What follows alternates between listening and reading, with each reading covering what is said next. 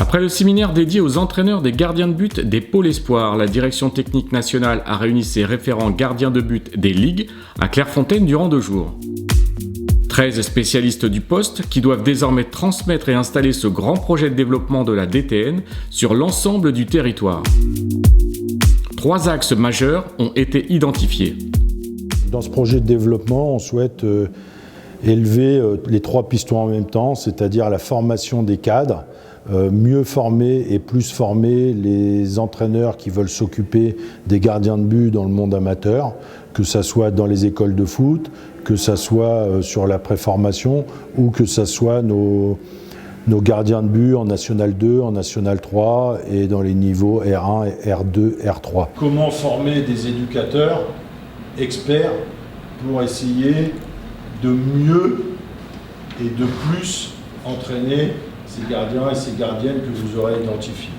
Le deuxième pavé, c'est comment mieux encadrer, mieux orienter, mieux détecter dans le parcours de performance les meilleurs gardiens, les meilleures gardiennes, les identifier, les emmener vers des centres de perfectionnement et que là, ces gardiens de but et ces gardiennes de but soient pris en charge pour leur amener des séances complémentaires de ce qu'ils ont déjà dans leur club.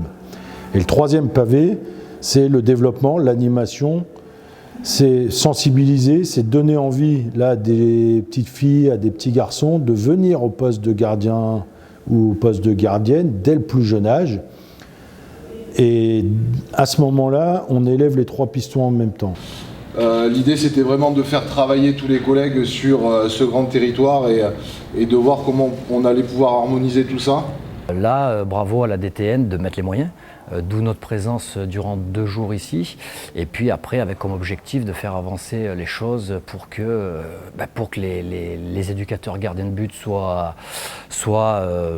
mieux formés, plus outillés et que nos clubs, je parle toujours des gardiens de but, soient plus costauds, ni plus ni moins. Deuxième axe d'amélioration, le prérequis seulement CFF3. La remédiation, ça serait proposer le CFF2 et ou CFF3 et ou CFEGB, car la connaissance du jeu y est abordée.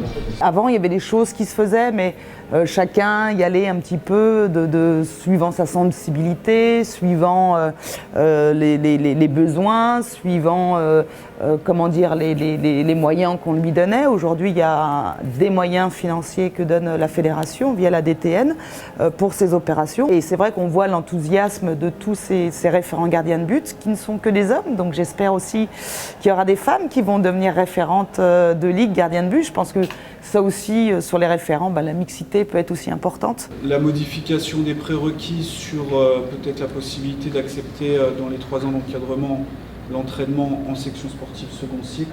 J'étais presque impatient de revenir quand même à Clairefontaine déjà, avec les 2 saisons compliquées qu'on connaît maintenant, et de se retrouver en tant que référent gardien et ancien sur le poste de gardien de but, ça fait plaisir de voir les jeunes qui arrivent également. Donc voilà, et je pense qu'il est nécessaire 1 fois par saison de dépoussiérer des dossiers qui maintenant ont quelques années, de penser à l'avenir aussi, puisqu'il y a tellement d'opérations qui sont instaurées pour les gardiens qu'il faut un suivi et puis se renouveler, quoi. Mais toutes les formations en tout cas sont lancées. Sur les centres de perf, moi j'ai créé un centre de perf régional pour les gardiens et gardiennes, ce qui les a obligés eux aussi à se mettre en ordre de marche. Seul, on n'est rien, seul, on n'est pas grand-chose. On a beau avoir des bonnes idées, mais si on veut que ça soit réparti sur l'ensemble du territoire, si on veut aussi que ça soit uniforme sur le territoire, on a besoin de ces personnes-là qui nous aident. Pour certains, ça fait déjà des années, qui sont déjà cadres techniques dans leur district, dans leur ligue. Il y en a qui entraînent aussi dans les pôles. D'ailleurs, il y en a 7 aujourd'hui qui entraînent aussi dans nos sélections nationales des U16 jusqu'au U20. Donc il y a des gens d'expérience. Sur 13, il y en a 11 qui sont diplômés du certificat d'entraîneur gardien de but. Donc c'est des gens solides, c'est des gens costauds, c'est des gens en qui on a confiance aussi, et puis avec qui on a des relations permanentes. Donc c'est vrai que c'est la clé de la réussite parce que sinon, tout seul, on ne pourra pas être partout sur le territoire. Et ils connaissent bien leur territoire. Tu vois, c'est pas à destination de ce public-là. Comme tu dis, c'est déjà beaucoup plus le livret du formateur. Tout à fait. Tout à fait. Les fondamentaux sont là, hein. Les fondations pour les formations de cadres spécifiques gardiens sont là. Les centres de perfectionnement, ça fait quelques années que c'est en place. Alors, pas partout en France, mais ça se développe bien. Maintenant, il y a toujours à faire mieux. Et je pense que c'est à travers ces séminaires-là que chacun va rentrer chez lui et dire j'ai appris quelque chose. Ils font comme ça dans une autre ligue. Je vais essayer de copier un peu cette formule-là. Je vais tester une autre formule et c'est ce qui nous fait avancer. Eux. Voilà, il m'a envoyé un petit message, j'étais super content. Ouais. Alors c'est sûr que...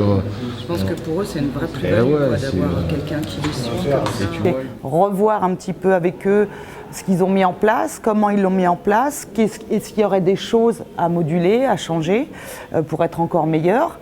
Il y a aussi effectivement la détection, les centres de performance, puisque ça fait partie aussi, entre guillemets, de leur mission, de voir un petit peu aussi les difficultés qu'ils ont rencontrées, les choses qui ont marché, et puis qu'il y ait une interaction entre eux qui se donnent, entre guillemets, les bons plans, comme on dit. Donc c'est vraiment aussi l'importance de l'échange entre eux.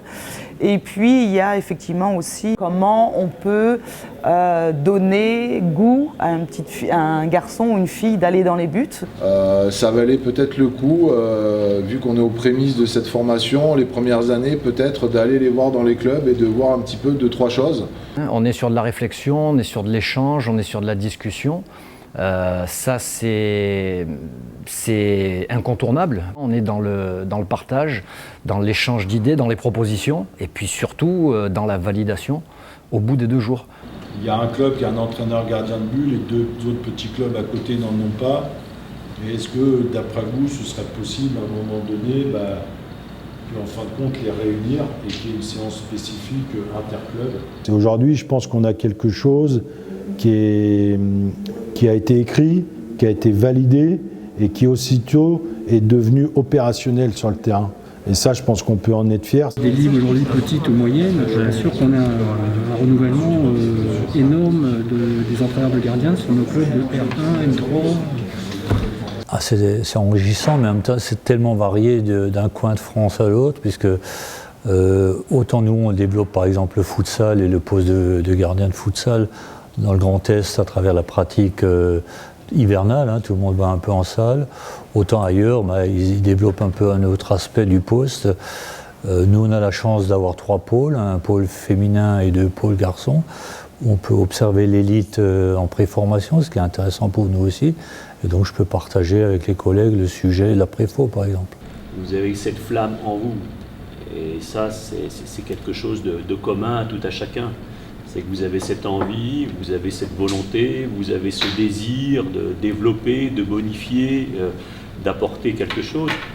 Après, on le sait bien, il y a parfois des obstacles, parfois des situations contraignantes qui sont difficiles à contourner. C'est passionnant parce que tu as affaire à des gens motivés. Franck Raviot a dit vous avez la flamme, vous avez l'envie, vous avez l'énergie.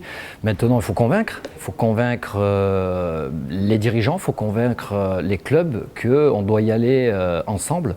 Quand je dis on doit y aller ensemble, on doit bâtir, on doit enchaîner. Et puis bien sûr l'intervention des experts, alors soit sur les aspects mentaux, athlétiques, comme Gilles l'a dit, ou sur, comme on l'a dit, sur des outils qui peuvent aider à la performance des gardiens et des gardiennes. Je crois qu'il faut vraiment qu'on prenne à bras-le-corps ce grand projet qui avait été initié et j'ai une pensée très forte pour Bruno Martini qui a œuvré depuis très très longtemps, qui a été à la base, si vous voulez, de tout ce qui s'est fait, notamment la formation des entraîneurs gardiens de but qui n'existaient pas, et sur lequel il a insisté et il s'est toujours battu pour que le poste soit reconnu et que les entraîneurs gardiens de but soient reconnus. Il y a encore du travail, mais en tout cas, il a été le déclencheur de tout ce qui s'est fait jusqu'à présent.